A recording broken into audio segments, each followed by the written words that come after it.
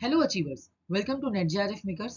आज के हमारे इस लेक्चर में हम पढ़ने वाले हैं quantitative research and qualitative research के बारे में। आज हम इस टॉपिक में इन डिटेल में समझेंगे कि ये quantitative research and qualitative research, इनके मीनिंग्स क्या है और ये किस तरह से काम करते हैं। साथ ही साथ हम दोनों के बीच के डिफरेंसेस को भी समझेंगे। प्लस ये दोनों रिसर्च के कॉम्बिनेशन से एक और रिसर्च मेथड या अप्रोच जो बनता है, जिसको हम मिक्स मेथड रिसर्च या मिक्स मेथड अप्रोच भी कहते हैं, हम इसको भी समझेंगे कि ये क्या है और ये किस तरह से काम करता है with example. Plus at the end of the lecture इसी टॉपिक से रिलेटेड हम कुछ प्रीवियस करके क्वेश्चंस भी सॉल्व करेंगे, जिससे you will get an idea कि what type of questions are asked in your exam. Plus it will cover your revision. So let's get started. देखो, ये जो क्वांटिटेटिव रिसर्च और क्वालिटेटिव रिसर्च है, ये दोनों बात करता है रिसर्च प्रोसेस के बारे में, यानी कि how you will do your research, आप अपनी रिसर्च को किस तरह से करोगे। ठीक है, तो सबसे पहले हम बात करते हैं क्वांटिटेटिव रिसर्च की। देखो, इसके नाम से ही आपको पता चल रहा है कि ये बात करता है क्वांटिटी के बारे में, है ना। अब हम क्वांटिटी कहाँ लगाते हैं? क्वांटिटी का मतलब क्या होता है? जिसको आप नंबर्स में मेजर कर सकते हो, जिनको आप क्वांटिफाई कर सकते हो, है ना। यहाँ पे नंबर्स की बात आ जाती है। तो क्वांटिटेटिव रिसर्च एक ऐसा रिसर्च का प्रोसेस है जहां पे आप जो भी डेटा कलेक्ट करते हो, है ना, आप उसको नंबर्स के फॉर्म में आप उसको एनालाइज करते हो, आप उसको नंबर्स के फॉर्म में आप उसको क्वांटिफाई करते हो, या उसको आप नंबर्स के फॉर्म में मेजर करते हो।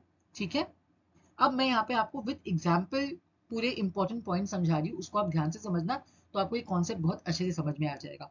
सबसे इंपॉर्टेंट पार्ट ये है कि हमारा जो क्वांटिटेटिव रिसर्च है, ये जो है ना, ये एक डिडक्टिव अप्रोच फॉलो करता है।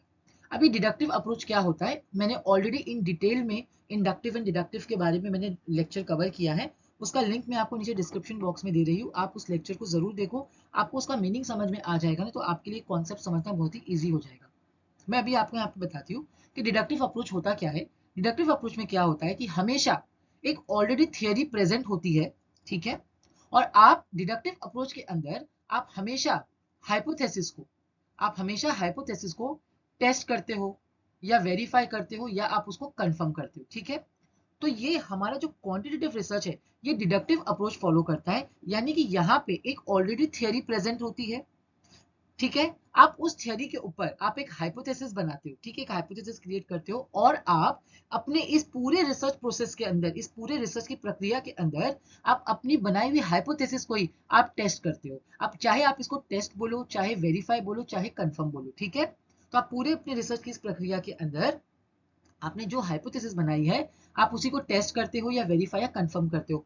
फॉर एग्जाम्पल, मान लो आपने ये एक रिसर्च आप कंडक्ट कर रहे हो कि जिनको स्ट्रेस होता है, जिनको स्ट्रेस होता है, उनके हार्ट पे नेगेटिव इफेक्ट पड़ता है। आप ये, उनको हार्ट की प्रॉब्लम होती है, ठीक है, हार्ट डिजीज, हार्ट प्रॉब्लम होती है, आप ये रिसर्च स्टडी कर रहे हो। ठीक है, तो अब आपने ये हाइपोथेसिस बनाई है ना कि हाँ भाई, स्ट्रेस जिनको रहता है, ठीक है, तो समझ लो ये एक स्टडी ऑलरेडी पहले कंडक्ट करी हुई है, ये ऑलरेडी थियरी प्रेजेंट है। अब आप क्या करोगे, आप इसी थियरी के ऊपर आप हाइपोथेसिस लगाओगे कि हाँ भाई, ये जो थियरी बोल रही है कि स्ट्रेस जिनको होता है उनके हार्ट पे इफेक्ट पड़ता है, उनके ब्लड प्रेशर पे इफेक्ट पड़ता है। तो आपने ये अनुमान लगाया, हाइपोथेसिस, आपने ये एक गैस लगाया। अभी पूरे प्रक्रिया में आप इसी को, जो आपने गैस लगाया है, आप इसी को टेस्ट करोगे, आप इसी को वेरीफाई करोगे। अब आप कैसे कर सकते हो? आप चाहे एक्सपेरिमेंट करके कर सकते हो, चाहे आप डेटा कलेक्ट करके कर सकते हो। ठीक है, तो आप पूरी प्रक्रिया में आप इसी चीज को टेस्ट करोगे कि हाँ, आपने जो थियरी पे हाइपोथेसिस लगाई है वो सही है या नहीं, वो वैलिड है या नहीं। आप यहाँ पे इसी को प्रूव करने की कोशिश करते हो पूरे रिसर्च के अंदर। ठीक है, इसीलिए बिकॉज ये एक डिडक्टिव अप्रोच फॉलो करती है, इसके अंदर आप हाइपोथेसिस को टेस्ट या प्रूव करते हो, तो इसीलिए ये इसके अंदर जो, इस रिसर्च के अंदर जो डेटा कलेक्ट किया जाता है ना, वो एक स्ट्रक्चर्ड और कंट्रोल्ड फॉर्म में होता है। स्ट्रक्चर्ड फॉर्म का मतलब क्या है? यहाँ पे सब कुछ प्री प्लान होता है, यानी every step is pre decided. पूरा प्रोसीजर यहाँ पे पहले से प्री प्लान होता है। क्यों प्री प्लान होता है भाई? लॉजिक सी बात है ना, आपके पास थियरी ऑलरेडी प्रेजेंट है। अब आपको पता है कि आपके पास एक थियरी है कि भाई स्ट्रेस से हार्ट पे इफेक्ट पड़ता है, आपके पास थियरी प्रेजेंट है, correct.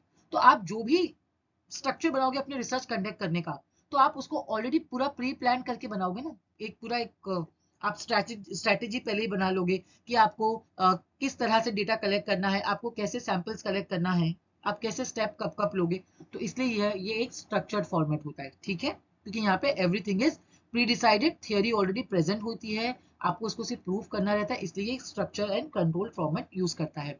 It is objective oriented. ये एक प्रक्रिया जो है क्वांटिटेटिव रिसर्च की, ये ऑब्जेक्टिव ओरिएंटेड है, यानी कि इसको हम रिजल्ट ओरिएंटेड या गोल ओरिएंटेड भी कहते हैं, क्योंकि यहाँ पे क्या है, थियरी ऑलरेडी प्रेजेंट है, आप सिर्फ इस थियरी को प्रूव करने के लिए काम करते हो। तो आपका मेन उद्देश्य क्या होता है, यहाँ पे ऑब्जेक्टिव क्या होता है कि हमको कुछ प्रूव करना है, ठीक है, इसलिए ये हमेशा ऑब्जेक्टिव ओरिएंटेड होती है। यहाँ पे आप कुछ भी जो ऑलरेडी प्रेजेंट है, यानी जो थियरी जो ऑलरेडी मौजूद है, आप उसी के ऊपर जो प्रूव करके रिजल्ट यहाँ पे शो करते हो, ठीक है। इस रिसर्च को हम लीनियर रिसर्च भी कहते हैं, ओके। एंड दिस रिसर्च, जो भी इसमें आपको डेटा मिलता है, उसको आप क्या करते हो, नंबर्स में क्वांटिफाई कर सकते हो, उसको आप मेजर कर सकते हो, एंड न्यूमेरिकल फॉर्म में ही आप इसको एनालाइज कर सकते हो। आई होप आपको क्लियर हो गया होगा कि क्वांटिटेटिव रिसर्च क्या होता है। अब हम इसी क्वांटिटेटिव रिसर्च के कुछ और इंपॉर्टेंट पॉइंट्स को भी समझते हैं। जैसे देखो, मैंने आपको पहले ही बताया, यहाँ पे क्या होता है, आप टेस्ट या मेजर करते हो किसको, हाइपोथेसिस को, ठीक है। ये डिडक्टिव अप्रोच फॉलो करता है। अब ये हाइपोथेसिस यहाँ पे प्रूफ करने के लिए किया जाता है ना, तो ये इंपॉर्टेंट पॉइंट याद रखना कि हमेशा क्वांटिटेटिव रिसर्च के अंदर जो सैंपल्स होते हैं ना, जो आप सैंपल्स जिनके ऊपर आप स्टडी करते हो, वो हमेशा लार्ज नंबर पे होते हैं, ठीक है, क्योंकि आपको कुछ प्रूव करना है। तो अगर आपको कोई चीज प्रूव करनी है तो क्या 2-3 सैंपल से काम हो जाएगा, नहीं, you need large number of samples, ताकि आप उसको अच्छे से समझ के उसके रिजल्ट को आप जर्नलाइज कर सके। जनरलाइज करने का मतलब क्या होता है कि आपने जो भी आप प्रूफ कर रहे हो, वो यूनिवर्सली सबके लिए एप्लीकेबल है, यानी कि आप तो इस्तेमाल उसको कर ही रहे हो, लेकिन आपको जो भी फाइंडिंग्स मिल रही है, उसका जो रिजल्ट मिल रहा है, वो दुनिया में हर व्यक्ति इस्तेमाल उसको कर सके। तो आपका मेन पर्पस यही होता है। तो इसके लिए 2-3 सैंपल्स में काम नहीं चलेगा ना, you need large number of samples, ठीक है। हमको क्वांटिटेटिव रिसर्च क्यों काम आता है, क्योंकि हम यहाँ पे प्रूफ कर रहे हैं। तो अगर हम कोई भी चीज प्रूफ कर सकते हैं, अगर प्रूफ हो जाती है, तो ये सबसे एक ठोस चीज, मजबूत प्रूफ चीज होती है हमारे लिए, जिसके बेसिस पे हम डिसीजन ले सकते हैं, प्रिडिक्शंस लगा सकते हैं, कॉजल रिलेशनशिप को टेस्ट कर सकते हैं, और जनरलाइज, जिसका मैंने आपको मतलब बताया कि जो आपको फाइंडिंग्स मिल रही है, वो आप तक ही सीमित नहीं है, अब उसको आप जनरलाइज कर देते हो, ताकि दुनिया का हर व्यक्ति उसको इस्तेमाल कर सके, उसको यूज करके अपनी प्रॉब्लम को सॉल्व कर सके, ठीक है। हमारे क्वांटिटेटिव, क्योंकि ये नंबर्स की बात करता है, तो ये स्टैटिस्टिकल एनालिसिस पे बेस्ड है, यानी कि स्टैटिस्टिक्स यूज करता है, ओके।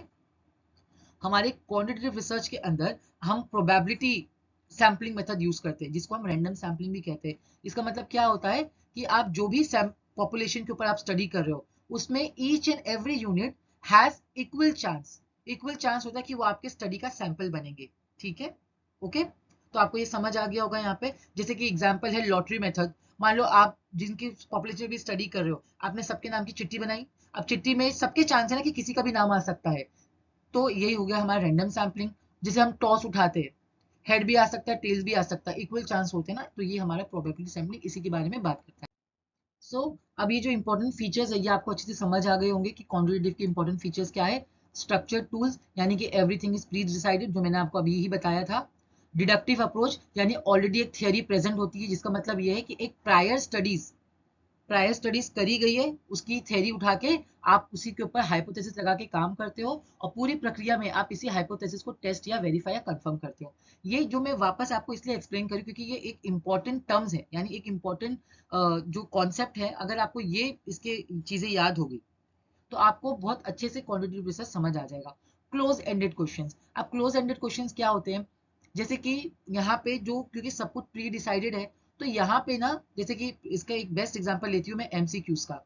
एक क्वेश्चन है, 4 ऑप्शन दे दिया, तो उस चारों में से आपको किसी एक को ही सेलेक्ट करना होगा, एक ही आंसर सही होगा। आप यहाँ पर, क्योंकि इसको नंबर्स में क्वांटिफाई करना है, नंबर्स में काउंट करना है, तो यहाँ पे इसके अंदर कोई भी व्यक्ति जिसको भी आप स्टडी कर रहे हो, जो भी सिचुएशन जिसको आप स्टडी कर रहे हो, यहाँ पे आप उनके अनुभव को आप यहाँ पे नहीं कंसिडर कर सकते हो। आप यहाँ पे सिर्फ वही डेटा लेते हो जो नंबर्स में इजीली क्वांटिफाई हो सकती है। देखो, इसका जैसे इसके अंदर आता है हमारा क्वांटिटेटिव डेटा, ठीक है, मैं दोनों को साथ में एक्सप्लेन करती हूँ। जैसे मान लो आपको ये पूछा गया, जैसे आपने कोई भी ऑनलाइन कोई सामान मंगाया, प्रोडक्ट मंगाया, अब उसमें आपको रेटिंग्स देती है ना, 1 से 5 तक की रेटिंग्स। तो ये होता है हमारा क्लोज एंडेड क्वेश्चन, कि आपको 1 से 5 के ही ऑप्शन है, आप 6 नहीं दे सकते हो, आप 0 नहीं दे सकते हो, है ना। आपको स्टार्स दिए रहते हैं, 1 से 5 के बीच में स्टार्स, तो यानी आपको एक बाउंड्री बना दी है, लिमिट दे दी जाती है। क्लोज एंडेड क्वेश्चंस में या क्वांटिटेटिव डेटा में क्या, क्लोज एंडेड क्वेश्चंस में क्या होता है, एक लिमिट बना दी जाती है, आप इसके अंदर ही दे सकते हो, यस और नो।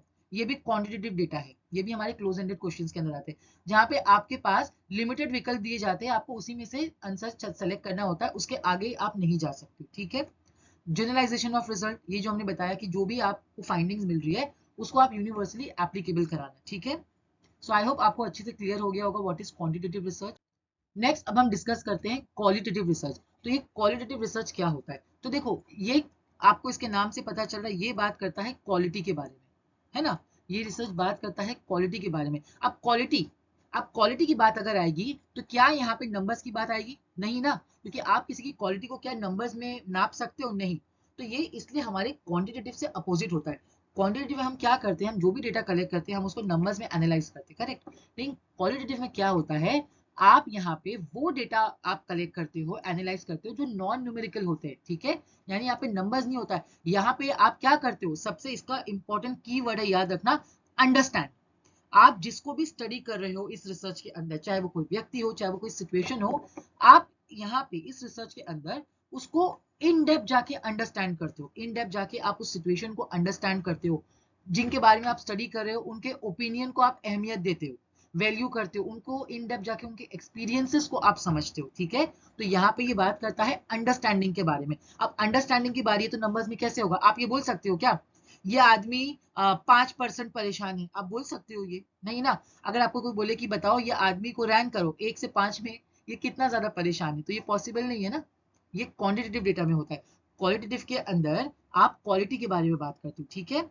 सो आई होप आपको ये अच्छे से समझ आ गया होगा। अब यहाँ पे हम क्या करते हैं, हम यहाँ पे समझने की बात करते हैं, अंडरस्टैंडिंग एक्सपीरियंसेस की बात होती है, नॉन न्यूमेरिकल डेटा के बारे में, इसलिए ये सब्जेक्टिव एंड अनस्ट्रक्चर्ड होता है, ठीक है।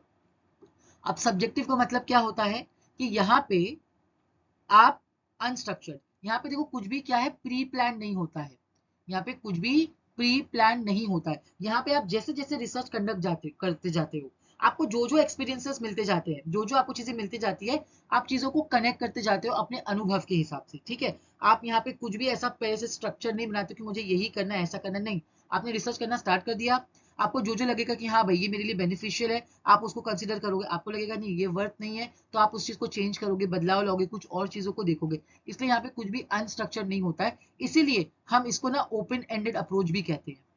हम इसको ओपन एंडेड अप्रोच भी कहते हैं कि जहाँ पे कुछ भी स्ट्रक्चर नहीं है। जैसे इसका एग्जांपल मैं आपको एक और बताती हूँ। हमने क्वांटिटेटिव में क्या बोला, 1 से 5 में रैंक करो, ठीक है। तो ये लिमिट बन गई। यहाँ पे ये ओपन एंडेड इसलिए क्योंकि इसके अंदर कोई लिमिट नहीं होती है। आप जैसे मान लो कमेंट्स की बात करते हैं, यहाँ पे आपको बोला, आपने कोई प्रोडक्ट मंगाया, अब आपसे पूछा गया आप अपने विचार, अपने व्यूज यहाँ लिखो कि आपको ये प्रोडक्ट कैसे लगा है, तो आप वही लिखोगे ना जो आपने एक्सपीरियंस किया है।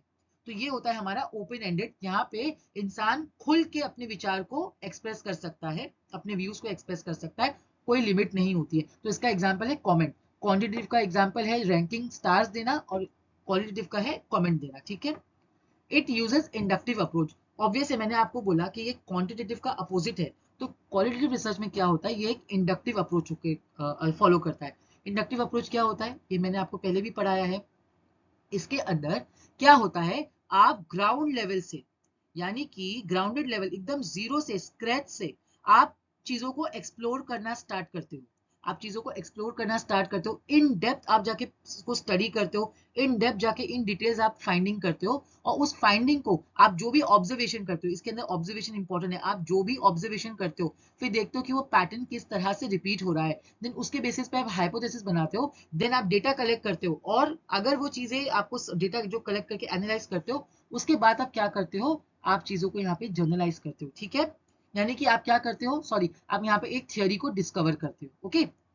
तो क्वालिटेटिव रिसर्च के अंदर क्या होता है, आप हमेशा थियोरी को या नॉलेज को आप डिस्कवर करते हो या डेवलप करते हो, ठीक है। तो क्वांटिटेटिव रिसर्च में क्या होता है, क्वांटिटेटिव रिसर्च के अंदर हम हमेशा थियोरी को या हाइपोथेसिस को टेस्ट करते हैं, और क्वालिटेटिव के अंदर हम हाइपोथेसिस को डेवलप या डिस्कवर करते हैं, ठीक है।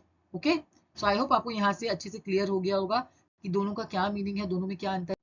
तो नेक्स्ट अब हम कुछ इसके क्वालिटेटिव रिसर्च के कुछ इंपॉर्टेंट पॉइंट्स और देखते हैं कि इसके अंदर ना आप स्मॉल नंबर ऑफ सैंपल्स को स्टडी करते हो, ठीक है, क्योंकि आपको इन डेप्थ स्टडी करना है। अगर आप लार्ज नंबर ऑफ सैंपल्स लोगे तो बाइसनेस आ जाएगी, डिफिकल्टी होगी, इसलिए इसके अंदर हमेशा स्मॉल सैंपल्स यूज करते हैं, small number of samples. It uses different methods of collecting information. यहाँ पे आप अलग अलग डेटा कलेक्शन मेथड यूज करते हो, जिससे आपको, जिसके अंदर एग्जांपल एक इन डेप्थ इंटरव्यू, ताकि आप इन डेप्थ जाके आप डेटा कलेक्ट कर सको। फोकस ग्रुप, यानी आप कुछ लोगों को सेलेक्ट करते हो और उन्हीं को ऑब्जर्वेशन, उन्हीं के ऊपर इन डिटेल स्टडी करते हो। हमेशा इसके अंदर ना नॉन प्रोबेबिलिटी सैम्पलिंग, जिसको हम नॉन रैंडम सैम्पलिंग भी कहते हैं, यही यूज करी जाती है। क्योंकि यहाँ पे नॉन प्रोबेबिलिटी सैम्पलिंग का मतलब है कि यहाँ पे हर जो भी पॉपुलेशन को आप स्टडी कर रहे हो, वो सैंपल्स के पास ना इक्वल चांस नहीं होते हैं, ठीक है, नो इक्वल चांस। यहाँ पे स्टूडेंट सॉरी यहाँ पे जो रिसर्चर है वो अपने कन्वीनियंस के हिसाब से पर्पसफुली वो यहाँ पे सैंपल को सेलेक्ट करता है। ओके, आई होप आपको ये अच्छे से समझ में आ गया होगा। अब मैं यहाँ पे कुछ इंपॉर्टेंट टर्म्स है क्वांटिटेटिव एंड क्वालिटेटिव के बीच के जो डिफरेंसेस है वो आपको समझाती हूँ, ताकि आपको अच्छे से और याद हो जाए। तो क्वांटिटेटिव में क्या होता है, आप हाइपोथेसिस को टेस्ट करते हो, या वेरीफाई भी बोल लो या कंफर्म भी बोल लो, ठीक है। क्वालिटेटिव के अंदर आप हाइपोथेसिस को जो है आप डेवलप या डिस्कवर करते हो, आप थियरी को यहाँ पे डेवलप या डिस्कवर करते हो, ठीक है। क्वांटिटेटिव हमारा एक स्ट्रक्चर नेचर में होता है, यानी स्ट्रक्चर टूल्स फॉलो करता है, जहाँ पे everything is pre decided and pre plan. Qualitative के अंदर अनस्ट्रक्चर्ड यूज होता है। क्वांटिटेटिव में आप large number of samples use करते हो, ठीक है। क्वालिटेटिव के अंदर आप small number of samples use करते हो, है ना। और हमारे जो क्वांटिटेटिव का एक एग्जांपल ये है, आप याद रखना, जैसे एक्सपेरिमेंट, हमारा एक्सपेरिमेंट हो गया, एक्स पोस्ट फैक्टर रिसर्च हो गया, ठीक है, हमारा कोरिलेशनल रिसर्च, हमारा डिस्क्रिप्टिव रिसर्च, ये सब हमारे क्वांटिटेटिव रिसर्च के अंदर आता है, क्योंकि ये डिडक्टिव अप्रोच फॉलो करता है। और डिडक्टिव के अंदर क्या होता है, थियरी प्रेजेंट होती है, उसी के बेसिस पे आप हाइपोथेसिस बनाते हो, पूरे प्रक्रिया में आप उसी हाइपोथेसिस को टेस्ट या वेरीफाई करते हो, ठीक है। क्वालिटेटिव में क्या होता है, ये हमारा इंडक्टिव अप्रोच फॉलो करता है, जहां पे आप ऑब्जर्वेशन से स्टार्ट करते हो, देन आप लास्ट में जाके थियरी को या हाइपोथेसिस को आप डेवलप या डिस्कवर करते हो, ठीक है। तो इसका बेस्ट एग्जांपल है हमारा एक्सप्लोरेटरी रिसर्च, जहां पे हमको कुछ पता नहीं होता है। क्वालिटेटिव रिसर्च के अंदर हमको कुछ भी पता नहीं होता है, हम इन डेप्थ जाके हम पूरा प्रोसेस को पे काम करते हैं, हम इंफॉर्मेशन गेन करते हैं। आई होप आपको अच्छे से यहाँ तक समझ आ गया होगा। अब जो एक मैंने बताया था आपको मिक्स मेथड अप्रोच, ठीक है। तो देखो क्वांटिटेटिव का एग्जाम्पल क्या होता है, क्वांटिटेटिव का एग्जाम्पल क्या होता है कि आप, तो हमारे क्वांटिटेटिव का एग्जाम्पल क्या होता है कि आपको बोला गया है 1 से 5 तक में रेटिंग्स दो, या जो स्टार्स है 1 से 5 के बीच में आप स्टार्स दो, तो ये हो गया आपका क्वांटिटेटिव, ठीक है, जिसको हम क्लोज एंडेड भी कहते हैं, क्लोज एंडेड डेटा भी कहते हैं। अब क्वालिटेटिव में डेटा कलेक्शन मेथड कैसे होगा, एग्जाम्पल है आपका कॉमेंट, ठीक है, ठीक है। तो कमेंट में क्या होता है, अब आप यहाँ पे अपने व्यूज को अब एक्सप्रेस कर सकते हो। यहाँ पे आपका जो एक्चुअल एक्सपीरियंस है आप उसको बता सकते हो कि आपको प्रोडक्ट कैसे लगा। यहाँ पे आपने जो प्रोडक्ट जैसा लगा आपने उसको नंबर्स में दे दिया, और यहाँ पे आप क्या करोगे, अपने विचार को, व्यूज को यहाँ पे लिखोगे, हाँ भाई मुझे ये अच्छा लगा है, ये नहीं अच्छा लगा, इसके अंदर ये बदलाव कर सकते हो, ठीक है। तो यहाँ पे इन डेप्थ आपको आइडिया मिल जाएगा कि कस्टमर को ये प्रोडक्ट क्यों अच्छा लगा है या क्यों अच्छा नहीं लगा है। इसी के कॉम्बिनेशन से एक मेथड बनता है मिक्स मेथड अप्रोच, ठीक है, जिसके अंदर आप क्वांटिटेटिव डेटा भी कलेक्ट करते हो, प्लस क्वालिटेटिव अप्रोच या डेटा भी आप इसके अंदर यूज करते हो। अब वो कैसे होता है, जैसे मान लो आपने एक ऑनलाइन प्रोडक्ट मंगाया, जिसमें आपको ये बोला गया आपको ये प्रोडक्ट कैसा लगा है, 1 से 5 के बीच में आप इसको रैंकिंग दो, ठीक है। तो आपको दे दिया, आप एक रैंकिंग का भी ऑप्शन दे दिया, साथ ही में आपको यहाँ पे बोलेगा कि ओके, आप इस प्रोडक्ट के अंदर आपके अकॉर्डिंग क्या बदलाव किया जा सकता है, या हमको कुछ बदलाव करना चाहिए, आप अपने व्यूज भी आप एक्सप्रेस करो। तो ये हो जाएगा हमारा क्वालिटेटिव डेटा। तो इसके दोनों के कॉम्बिनेशन को मिला के हम कहते हैं मिक्स मेथड रिसर्च या फिर मिक्स मेथड अप्रोच, जो इस तरह से बनाया जाता है, quantitative data and qualitative data दोनों को कॉम्बिनेशन से। सो आई होप आपको ये अच्छे से समझ में आ गया होगा। नेक्स्ट अब हम कुछ डिस्कस करते हैं इंपॉर्टेंट मेथड्स या अप्रोचेस जो हमारे क्वालिटेटिव रिसर्च के अंदर यूज करी जाती है। तो पहला आता है हमारा इन डेप्थ इंटरव्यू, जहाँ पे आप एकदम इन डेप्थ जाके इंटरव्यू कंडक्ट करते हो, जिनको भी आप स्टडी करें उनके बारे में। फोकस ग्रुप, यहाँ पे आप कुछ लोगों को सेलेक्ट कर लेते हो, देन उनके ऊपर आप इन डेप्थ ऑब्जर्वेशन करते हो, ठीक है। नेक्स्ट है नरेटिव रिसर्च। नरेटिव रिसर्च में क्या होता है, जिनको आप स्टडी कर रहे हो वो लोग खुद अपने एक्सपीरियंसेस को वो लोग खुद नरेट करते हैं, ठीक है, वो लोग खुद बताते हैं। फेनोमेनोलॉजी, ये क्वालिटेटिव रिसर्च का एक बहुत ही इंपॉर्टेंट फीचर है, ठीक है, इससे डायरेक्ट क्वेश्चन भी आ चुका है। इसका मतलब क्या होता है कि किसी की भी इंडिविजुअल सिचुएशन को आप बहुत गहराई में जाके उनकी सिचुएशन को समझना, अंडरस्टैंड करना, ठीक है, किसी भी सिचुएशन को या किसी भी इंडिविजुअल को गहराई में जाके समझना। देखो इसका एग्जाम्पल ये यहाँ पे हम उससे समझते हैं। फॉर एग्जाम्पल अगर आपको ये पूछना है कि जो अर्थक्वेक विक्टिम्स है, अगर आपको उनके बारे में अगर जानना है, तो जो लोग अर्थक्वेक से जो लोग पीड़ित है, ठीक है, जो अर्थक्वेक विक्टिम है, आप उनकी सिचुएशन को अच्छे से समझोगे, ठीक है। ये फेनोमेनोलॉजी इसकी बात करती है। एथनोग्राफी ये कल्चर स्टडी के बारे में बात करती है, केस स्टडी करना, ठीक है, कंटेंट एनालिसिस, ग्राउंडेड थ्योरी, ठीक है, ऑब्जर्वेशन। तो ये सब ने बहुत इंपॉर्टेंट हमारे अप्रोचेस है जो क्वालिटेटिव रिसर्च के अंदर यूज करे जाते हैं। सो अब हम जो है ना कुछ प्रीवियस के क्वेश्चंस को सॉल्व करते हैं, ताकि इससे आपको और अच्छे से समझ में आ जाए कि आपको कितना समझ में आया ये कॉन्सेप्ट।